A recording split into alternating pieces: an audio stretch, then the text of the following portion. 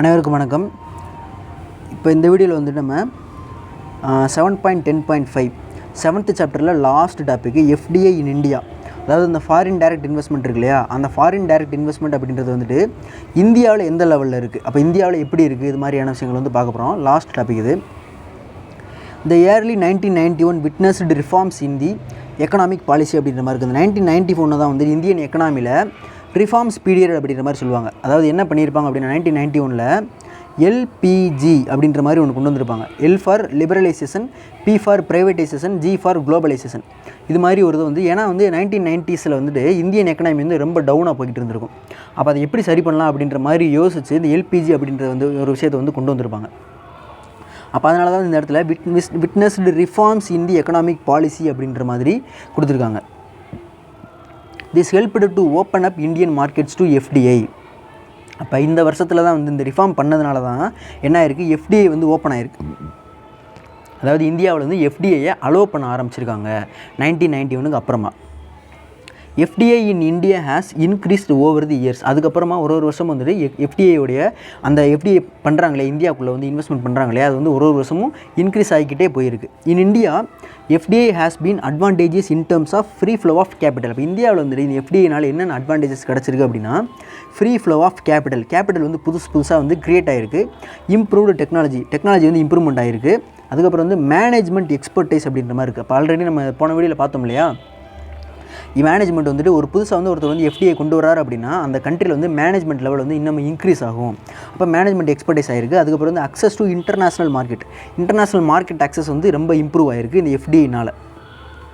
Okay, the major sectors benefited from FDI in India are. அப்போ எந்தெந்த செக்டர்லாம் வந்துட்டு இந்தியாவில் பெனிஃபிட் ஆகிருக்கு எஃப்டிஐயின் மூலியமாக, எந்தெந்த செக்டர்லாம் பெனிஃபிட் ஆகிருக்கு அப்படின்னு பார்த்தோம்னா, ஃபஸ்ட்டு வந்துட்டு ஃபினான்ஷியல் செக்டர், பேங்கிங் செக்டரும் சரி நான் பேங்கிங் செக்டர், ஃபினான்ஸ் துறையில் இருக்கிற எல்லாமே வந்துட்டு பெனிஃபிட் ஆகிருக்கு. செகண்ட் பாயிண்ட் வந்து பார்த்திங்கன்னா இன்சூரன்ஸ். இப்போ ரெண்டுமே கிட்டத்தட்ட சிமிலரானது, எல்லாமே வந்து பேங்கிங் ரிலேட்டட், பேங்கிங் அப்புறம் இன்சூரன்ஸ் எல்லாமே வந்துட்டு பெனிஃபிட் ஆகிருக்கு. தேர்ட் பாயிண்ட் வந்து பார்த்திங்கன்னா telecommunication sector, mobile phone industry இருக்கு இல்லையா, மொபைல் ஃபோன் இண்டஸ்ட்ரின்னு சொல்லலாம், அந்த சிம் நெட்வொர்க் எல்லாமே அதெல்லாம் வந்துட்டு பெனிஃபிட் ஆகிருக்கு. அடுத்த பாயிண்ட் வந்து பார்த்திங்கன்னா ஹாஸ்பிட்டாலிட்டி அண்டு டூரிசம் அப்படின்ற மாதிரி இருக்குது. ஹாஸ்பிட்டாலிட்டி அப்படின்னா விருந்தோம்பல், இங்கே வர்றவங்களை உபசரிக்கிறது அப்படின்னு சொல்கிறோம்லே, அதான் வந்து ஹாஸ்பிட்டாலிட்டி. இப்போ டூரிசம் இண்டஸ்ட்ரி வந்துட்டு நல்லா வந்து இம்ப்ரூவ்மெண்ட் ஆகிருக்கு. அடுத்து ஃபிஃப்த் பாயிண்ட் வந்துட்டு ஃபார்மக்யூட்டிகல்ஸ் அப்படின்னு என்னன்னா மெடிசன் இண்டஸ்ட்ரி வந்து நல்லா வந்து பெனிஃபிட் ஆகிருக்கு. கடைசியாக வந்து சாஃப்ட்வேர் அண்ட் இன்ஃபர்மேஷன் டெக்னாலஜி துறையும் வந்துட்டு இந்த ஃபாரின் டைரக்ட் இன்வெஸ்ட்மெண்ட் மூலியமாக ரொம்ப நல்ல ஒரு வளர்ச்சி அடைந்திருக்கு. பெனிஃபிட்டான நிறுவனங்கள், பெனிஃபிட்டான இண்டஸ்ட்ரீஸ் இது எல்லாமே. அடுத்து வந்துட்டு எஃப்டிஐ இஸ் நாட் பெர்மிட்டட் அப்படின்ற மாதிரி கொடுத்துருக்காங்க. இந்த இன்னைக்கு கீழே வர்ற இண்டஸ்ட்ரீஸ்க்கு எல்லாத்துக்குமே வந்துட்டு எஃப்டிஐ வந்து பெர்மிட் கிடையாது. வெளிநாட்டுக்காரவங்க வந்து இந்த இண்டஸ்ட்ரீஸில் வந்துட்டு இன்வெஸ்ட்மெண்ட் பண்ண முடியாது. அது என்னென்னு பார்த்தோம்னா, ஃபஸ்ட்டு வந்து ஆர்ம்ஸ் அண்ட் அம்யூனிஷன் அப்படின்னா இப்போ இந்தியன் ஆர்மிக்கு தேவையான அந்த பீரங்கி, அந்த கன்னு, அந்த அவங்க யூஸ் பண்ணுற அந்த வெஹிக்கிள்ஸ் எல்லாமே வந்து ஆர்ம்ஸ் அண்ட் அம்யூனிஷனில் தான் வந்துடும். அப்போ அந்த இண்டஸ்ட்ரீஸ்க்கு வந்து வெளிநாட்டுக்காரவங்களுக்கு இன்வெஸ்ட்மெண்ட் பண்ண முடியாது. செகண்ட் பாயிண்ட் வந்து பார்த்திங்கன்னா அட்டாமிக் எனர்ஜி. இப்போ அட்டாமிக் எனர்ஜி அப்படின்னு என்னன்னா அணு உலை இருக்கு இல்லையா, நம்ம இது கரண்ட்டு எலக்ட்ரிசிட்டி ப்ரொடியூஸ் பண்ணுறோம் இல்லையா, அட்டாமிக் ஸ்டேஷன்ஸ், அதுலேயே வந்துட்டு யாருக்கும் அனுமதி கிடையாது, இன்வெஸ்ட்மெண்ட் பண்ணுறதுக்கு அனுமதி கிடையாது. அதே மாதிரி அந்த அட்டாமிக் பாம் இருக்கு இல்லையா, ஆட்டம் பாம் செய்கிறாங்க, ஆட்டம் பாம்னு பொக்ரானில் கூட வெடிகுண்டு வச்சு அதை வந்து நம்ம சோதனை பண்ணோம் இல்லையா, அது மாதிரியான அந்த அதுக்கு பேர் என்னன்னா அணுகுண்டு தான் அதுக்கு பேர், அட்டாமிக் எனர்ஜி. அந்த இதுக்கும் வந்துட்டு யாருக்கும் அனுமதி கிடையாது. அடுத்து வந்து ரயில்வேஸ்லேயே வந்து யாருக்கும் இன்வெஸ்ட்மெண்ட் பண்ணுறதுக்கு அனுமதி கிடையாது.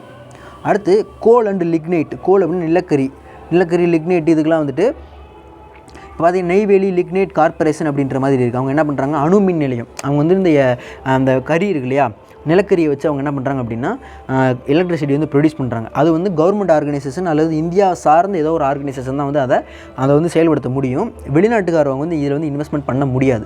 அடுத்து வந்து மைனிங் இண்டஸ்ட்ரி அப்படின்னு என்னென்னா சுரங்க தொழில். அந்த மைனிங் என்னென்ன பண்ணுறாங்க அப்படின்னா, ஃபஸ்ட்டு வந்து இரும்பு, அப்புறம் வந்து மேக்னீஸ், chrome, gypsum, sulphur, gold, diamond, copper, இது எல்லாத்துக்குமே வந்து இந்திய நிறுவனங்களுக்கு மட்டும்தான் அனுமதி, ஃபாரின் இன்வெஸ்ட்மெண்ட்டுக்கு அனுமதி கிடையாது.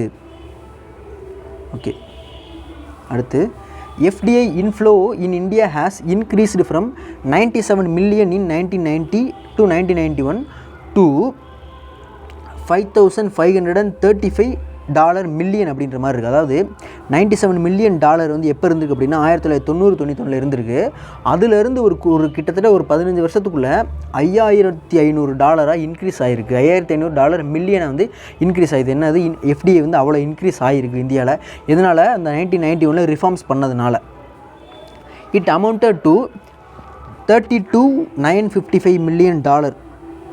$32,955 மில்லியன் வந்து 2011-12 வந்து ஆயிருக்கு.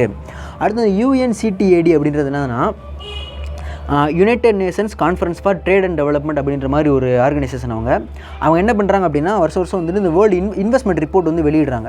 இன்வெஸ்ட்மெண்ட் ரிப்போர்ட் வந்து அவங்க 2018 வெளியிட்ட இன்வெஸ்ட்மெண்ட் ரிப்போர்ட் படி பார்த்தோம் அப்படின்னா இந்தியாவுடைய FDI வந்து டிக்ளைன் ஆகிருக்கு அப்படின்ற மாதிரி ஒரு பேட் நியூஸ் வந்து சொல்கிறாங்க. இப்போ எப்படி டிக்ளைன் ஆகிருக்கு அப்படின்னு பார்த்தோம் அப்படின்னா 2017 $40 பில்லியன் வந்து இன்வெஸ்ட்மெண்ட் நடந்திருக்கு. ஆனால் 2016 44 வந்து இருந்திருக்கு. அப்போ இதிலேருந்து 2016 2014 வந்து -4 பில்லியன் ஆயிருக்கு.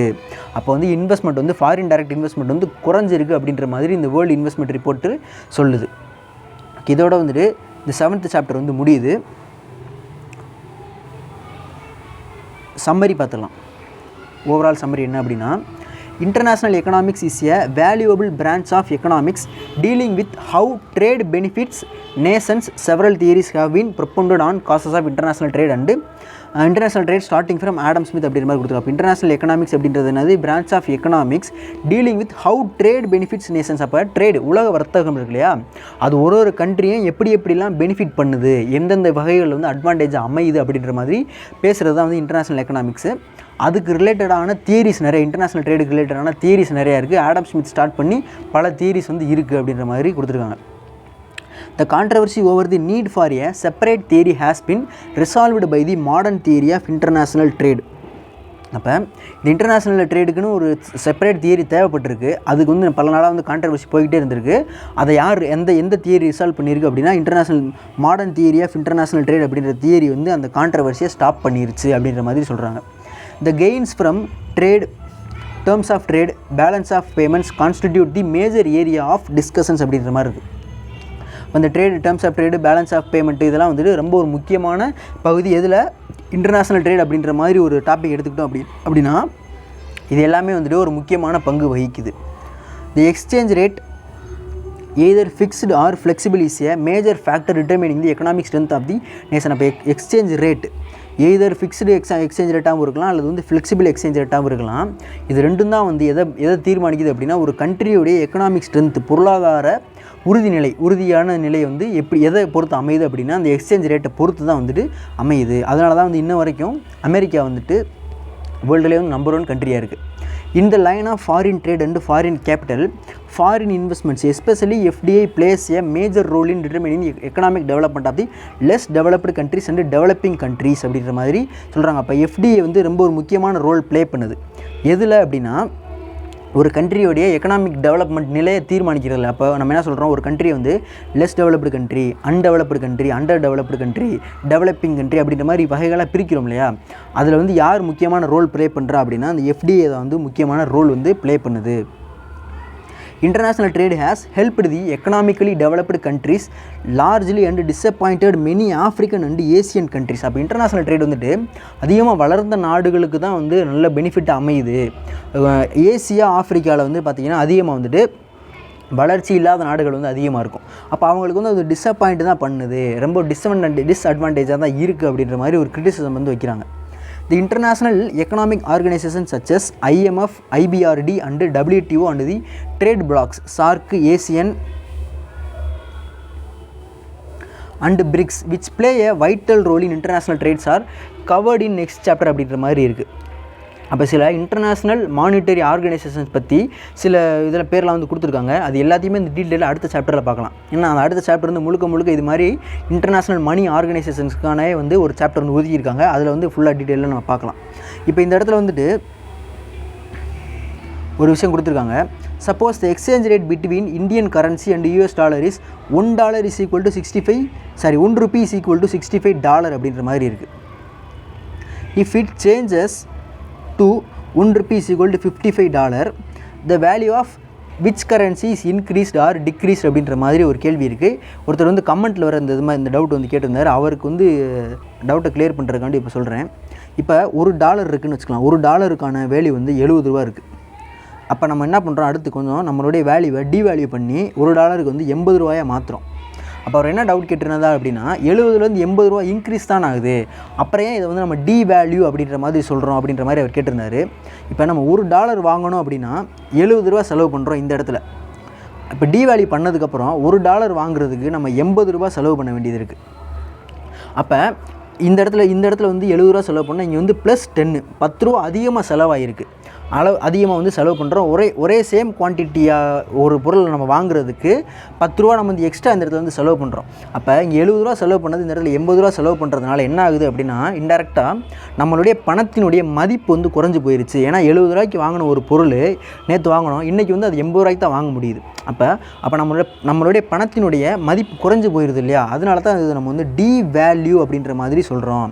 இதுவே ரீ வேல்யூ அப்படின்னா இது அப்படியே ரிவர்ஸ், 80 ரூபா கொடுத்து வாங்கிட்டு இருந்ததை 70 ரூபாயை மாற்றுறது, அது வந்து ரீ வேல்யூ.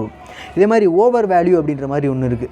இப்போ நம்ம நாட்டுடைய அமெரிக்க டாலருக்கு நிகரான மதிப்பு பார்த்தோம் அப்படின்னா 70 ரூபா தான் இருக்குது, ஒரு டாலருக்கு வந்து 70 ரூபா தான் இருக்கும். ஆனால் நம்ம என்ன பண்ணிடுறோம் அப்படின்னா நம்ம நாட்டோடைய இதை அதிகப்படுத்துறதுக்கு 40 ரூபாய் ஆக்கி வச்சுருவோம். நம்மளுடைய வேல்யூ வந்து ரொம்ப அதிகப்படுத்தி வச்சிட்டோம் அப்படின்னா அது வந்து ஒரு தப்பான ஒரு கண்டிஷன், எந்த நாட்டுக்குமே அது வந்து சரியாக வந்து அமையாது. இப்போ வந்து டவுட் கிளியராக இருக்கும் அப்படின்ற மாதிரி நினைக்கிறேன். ஓகே, அப்படியே இந்த வீடியோ ஸ்டாப் பண்ணிடலாம். தேங்க்யூ ஃபார் வாட்சிங்.